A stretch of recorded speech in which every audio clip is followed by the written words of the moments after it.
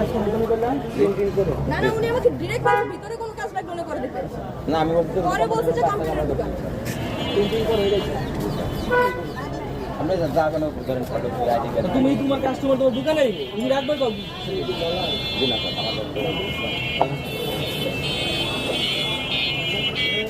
আমাদের এ ভাই এইদিকে আসেন ওদিকে যাবেন কেন যাবে সামনাসামনি হবে ওসাইডে ভাই ওইটা কে জানাই এদিকে আইছো ভাই আমি তো এই না আইতে পারে মানে ওই আপুটা আইতে পারে আপনার ওখানে কাজ আছে অভিযোগের কাজ আছে না আমি আইছিলাম চা খাইতে ভাই আচ্ছা আমি খালি বইছি না চায়ের খাওয়ার কথা দোকানে এই গেটে কাজ গেটে যাই না গেটে আমি এখানে দাঁড়াইছি আমি গেটে দেখি নাই আমি তো ওদিকে আমি কথা বলছি তখন আপনি কইছিলেন ও আমার কাছ থেকে সিগারেট খাওয়ার জন্য আসছে আইসা মনে হয় এখানে কি হয়েছে আচ্ছা ভাই কি হয়েছে কি করছে আর হইছে কি আপুটা এসে আমি এনে দাঁড়াইছি আপু প্রথমে রং সাইডে ঢুকছে ওই ঢোকাবে না আপুটা বলতে মেন গেটে বই পেছে আপুটা বলতে আপুটাই নিয়ে তো মেন দাঁড়িয়ে দিতে যদি কোনো ফটোকপি লাগে আমাদের দোকান আছে আমার ভাইয়ের দোকান আছে এন্ড এখানে আমার কোনো হেল্প বা কিছুই লাগেনি। হেল্পের জন্য আমার ভাই অবশ্যই আছে। আমি এখানে যখন আসছি জাস্ট আমার একটা ছোট একটা প্রিন্ট লাগবে, নাথিং এলস।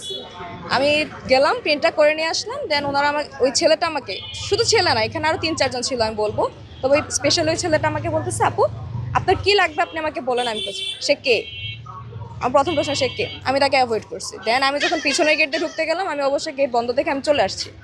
আসার পর ওনারা আমাকে বলতেছে, ওই ছেলেটা আমাকে বলতেছে আপু আপনি ভুল গেট দিয়ে ঢুকছেন, গেট এটা। তা আমি ওনাকে ফার্স্টে রেসপন্স করতে চাই না। দেন আবার আমাকে সেম কথা বলতেছে। আমি বলছি ধন্যবাদ বলার জন্য আর বললেন না। সে আমাকে বলতেছে আপু আপনার কিছু লাগলে আমার বললেন, ভিতরের কাজ বাইরের কাজ সবই করে দিতে পারবো। আমি আর কিছু বলি না, আমি চলে আসছি। দেন আমাকে আবার হচ্ছে, জানেনই তো বাংলাদেশ পাসপোর্ট অফিসের অবস্থা কি, আমাকে যখন আবার পাঠানো হয়েছে আমি জাস্ট আরেকটা প্রিন্ট না ল্যামিনেটিংয়ের জন্য যাচ্ছি। আমি যেহেতু একবার কম্পিউটার দোকানে গেছি আমি তো অবশ্যই জানি যে সেখানে কীভাবে কী করতে হবে। অবশ্যই আমার বয়স এমনিতেই বেড়ে যায় না বা আমিও বড় হয়নি।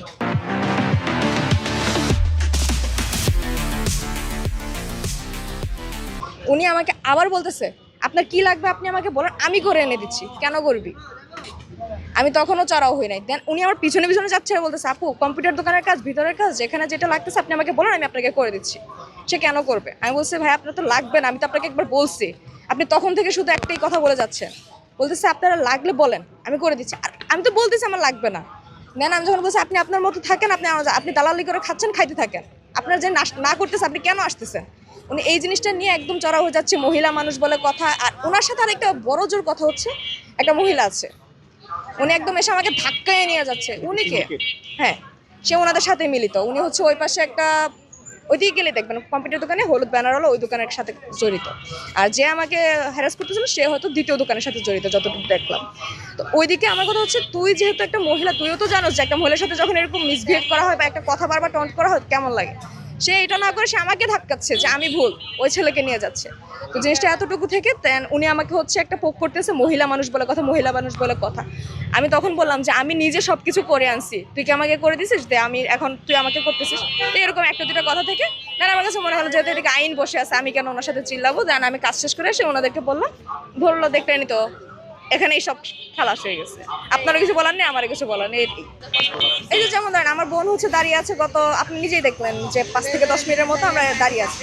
সিন্ডিকেট আসবে, চলে যাবে ফার্স্ট লাইনে, প্রথম লাইনে যাবে, ফার্স্ট আওয়ারে তাদের কাজ হয়ে যাবে। কিন্তু আমরা যারা নর্মাল আছি তাদের তো বসে থাকতে হচ্ছে 1.5 ঘন্টা 2 ঘন্টা এরকম, আমাদের এর থেকে বেশি। আমি যখন লাস্ট টাইম এসে 5 আওয়ার্স বসে থাকতে হচ্ছে। জি দালাল হলে 30 minutes maximum including all works. So আমার এতটুকুই হচ্ছে আর কি ব্যাপারটা। বাদ দিয়ে দেন আপনারা নিজেরা, যারা আপনার দালালদের ধরছেন তাদেরকেও ধরার দরকার নেই। ভিতরেও আছে আপনাদের আইনের লোক আছে, সিকিউরিটি গার্ড আছে, প্রশাসন বসে আছে, আপনি তাদের কাছ থেকে হেল্প নেন। আপনারা কেন হচ্ছে আরেকজন বাহিরে যারা ওরা ঠিকমতো 10 পাস করছে কিনা সেটাও সন্দেহ। আপনি যে কাজ হচ্ছে 5,800 সামথিং দিয়ে 780 টাকা দিয়ে করতে পারছেন সেটা আপনার 6,000-এ চলে যাচ্ছে, কারণ কি তার 200 টাকা আপনাদের থেকে চার্জ রাখছে। 200 টাকা আপনি কেন নষ্ট করবেন।